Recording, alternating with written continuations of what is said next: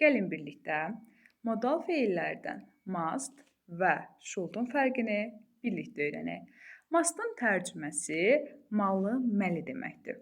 Yəni, hansısa bir məcburiyyət, vaciblik və qadağa ifadə edir.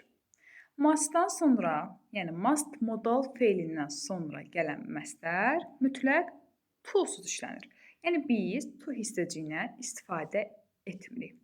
Və ən əsası sualı və inkarı elə özü ilə düzəlir. Gəlin bir cümlə nəzər salaq. Görək, yəni must'ın should'dan ayıran cəhəti nədir? Məsələn, I must answer. Mən cavab verməliyəm. Yəni bu elə bir şeydir ki, bu mənim üçün vaciblik bildirir. Yəni təkidlə olsa da mən buna cavab verməliyəm.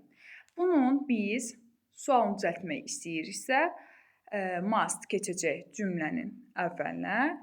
Must I answer? Mən cavab verməliyəm. Və yaxud da imkanı düzəltmək istəyiriksə, mütləq və mütləq not hissəciyindən istifadə edəcəyik. I must not answer. Mən cavab verməməliyəm. Not hissəciyindən istifadə etdik. Və yaxud da ki, siz qısaldılmışını demək istəyirsinizsə, I mustn't answer. Mən cavab verməməliyəm. Keçək indi should'a. Should nədir? Və mustla should'u bir-birindən ayıran cəhətləri nədir? Əvvəlcə deyək ki, should'un Azərbaycanda mənası gərək deməkdir.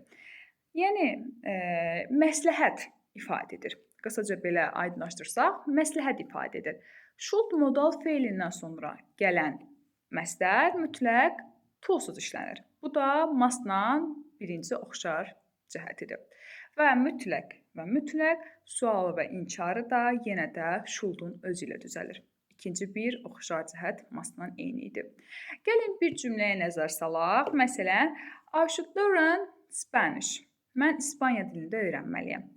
Bunun biz sual cümləsini düzəltmək istəyiriksə, should nə edəcək? Keçəcək önə. Should I learn Spanish? Mən İspaniya dilində öyrənməliyəm.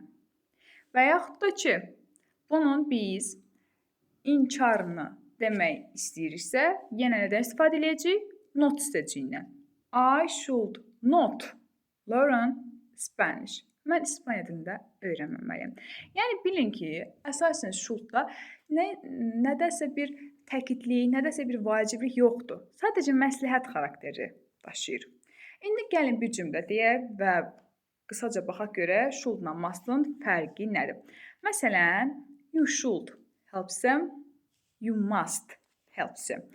You should help them o deməkdir ki, sən gərək onlara kömək edəsən.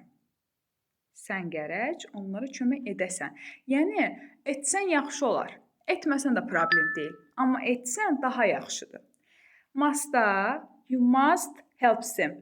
Sən onlara kömək etməlisən. Artıq burada bir təkidli məsləhət var. Yəni, səni təkid edir, sənə vacibliyini bildirir ki, sən onlara kömək etməlisən. Ya yüklərimi ağırdır, ya daşıyama bilmirlər. Ən əsas odur ki, burada vaciblik var. Təkidli bir məsləhət var. Belə, should və must'ın fərqini bildinizsə, hələlik.